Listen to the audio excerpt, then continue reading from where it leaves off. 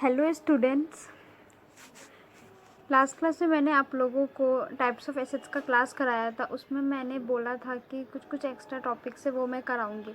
उस ऑडियो में मैं कवर नहीं कर पाई थी, इसमें मैं आप लोग को वो जो कुछ एक्स्ट्रा टॉपिक्स है उसके बारे में बताऊंगी। तो our first topic is purchase return. Purchase return क्या होता है?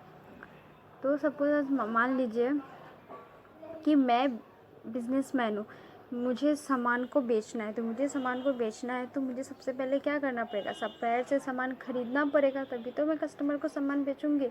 तो जब मैं सप्लायर से सामान खरीदूंगी तो उसके बाद मैंने देखा कि उसमें कुछ डिफेक्ट्स है, तो मैंने क्या किया, वो सामान को सप्लायर को वापस रिटर्न कर दिया।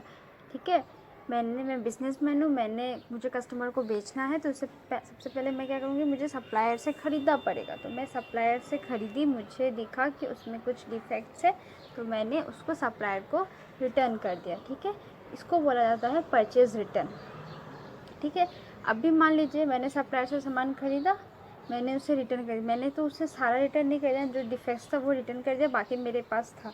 तो बाकी जो मेरे पास था वो मैंने कस्टमर को बिक्री किया। अब कस्टमर को अच्छा नहीं लगा, अब कस्टमर ने बिजनेसमैन को रिटर्न कर दिया, तो उसको बोला जाता है सेल्स रिटर्न।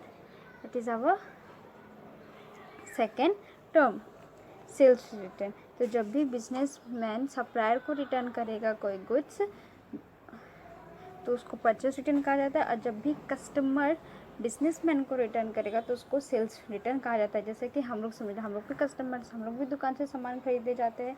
जब हम लोग को कुछ सामान अच्छा नहीं लगेगा तो हम लोग दुकानदार को रिटर्न कर देंगे, वो होगा सेल्स रिटर्न, वो परचेज रिटर्न नहीं होगा। ठीक है, क्योंकि वो ऑलरेडी बिजनेसमैन परचेस किया हुआ रहता है, इसीलिए हम लोग जो सामान जाके रिटर्न करते हैं उसको परचेज रिटर्न क्यों नहीं कहा जाता है? क्योंकि वो बिजनेसमैन जो मुझे सामान बिक्री कर रहा है, तो वो अगर वो खुद से ये तो प्रोडक्शन करके नहीं कर रहा, वो सप्लायर से ख़रीदा फिर मुझे बिक्री किया।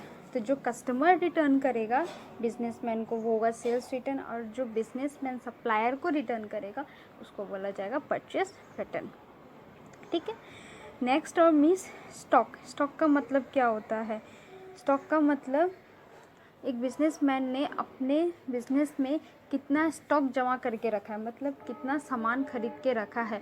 अगर उसका क्लॉथ्स का दुकान है तो उसने कितना क्लॉथ्स खरीद के रखा है। अगर उसका फ्रूट्स का दुकान है तो उसने कितना फ्रूट्स जमा करके रखा है। अगर उसका वेजिटेबल का दुकान है उसने कितना वेजिटेबल स्टॉक करके रखा है।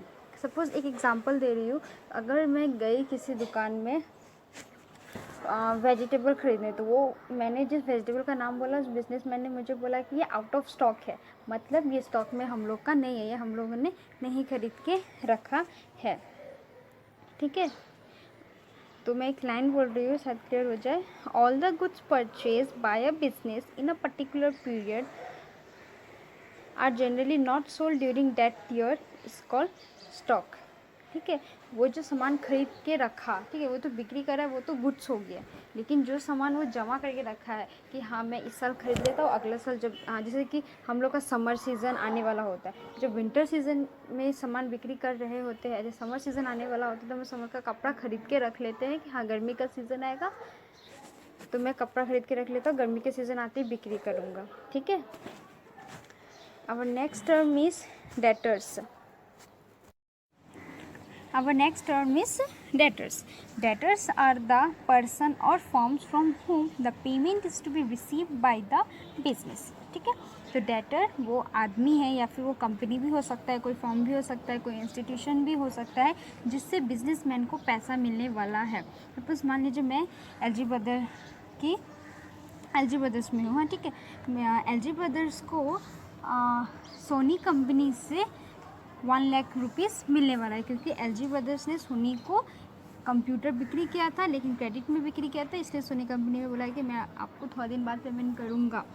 तो एलजी ब्रदर्स को किससे पैसा मिलने वाला है? सोनी कंपनी से मिलने वाला है। क्यों मिलने वाला है? क्योंकि उसने उसे कंप्यूटर सेल किया था, तो इसीलिए एलजी ब्रदर्स का डेटर्स कौन हो जाएगा? Sony company. ठीक है, तो सिंपल सा एक बात मीनिंग है कि जिससे बिजनेसमैन को पैसा मिलने वाला होता है वो आदमी उसके लिए क्या हो जाता है? डेटर। और जिसको बिजनेसमैन को पैसा देना होता है, ठीक है, बिजनेसमैन को पैसा देना होता है।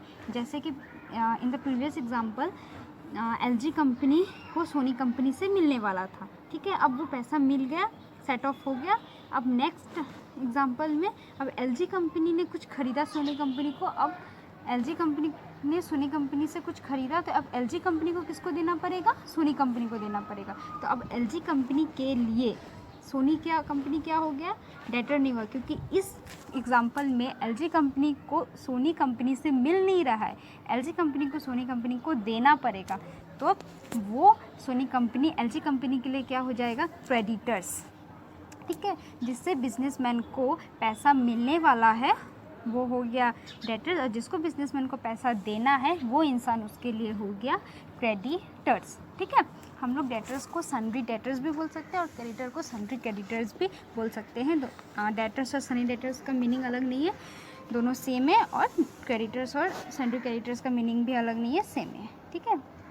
गुड्स का मतलब GOOD गुड नहीं, अच्छा मैम ने मैंने अच्छा लिखा तो मैम ने गुड दे दिया। यहाँ पे गुड्स GOODS गुड्स, ठीक है। गुड्स का मतलब सामान, जो सामान बिजनेसमैन ने जो सामान बेचा, बिजनेसमैन ने जो सामान खरीदा, वो सब क्या हो गया? वो गुड्स, ठीक है। गुड्स का मतलब सामान।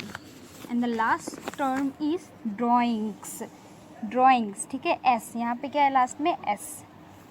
ड्राइंग का मतलब तो सभी जानते, हम लोग जो बचपन में ड्राइंग करते थे, आर्ट करते थे, वो सब, ठीक है। लेकिन ये यहाँ पे टर्म अलग है, यहाँ पे ड्राइंग्स DRAWINGS, ठीक है।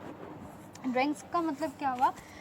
जब ओनर, मतलब उसका खुद का एक कंपनी है, ओनर ने बिजनेस से पैसा विड्रॉ किया, ठीक है, for the personal use, not for the office use, मतलब उसने खुद का पर्सनल यूज़ के लिए, उसे किसी बर्थडे पार्टी में जाना था या उसे किसी के शादी में जाना था, तो उसे गिफ्ट खरीदना था, तो वो गिफ्ट खरीदना तो उसका ऑफिस के लिए काम नहीं है ना, उसे तो किसी बर्थडे पार्टी या शादी में जाना है, तो उसका वो पर्सनल काम है। तो उस गिफ्ट को खरीदने के लिए उसने उससे पैसा निकाला, तो उसने जो पैसा विड्रॉ किया कंपनी से फॉर द पर्सनल यूज़, उसको बोला जाता है ड्राइंग्स।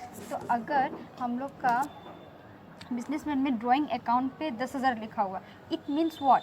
इसका मतलब क्या हुआ? इसका मतलब ये हुआ कि बिज़नेस का मालिक ने बिज़नेस से पैसा निकाला है पर्सनल यूज़ के लिए। अगर ड्राइंग्स पे लिखा गया है 1 लाख रुपया, तो सबका माइंड में एक ही बात आएगा, ड्राइंग्स 1 लाख रुपया, इसका मतलब बिज़नेस का मालिक ने पैसा निकाला है बिज़नेस से पर्सनल यूज़ के लिए, ठीक है।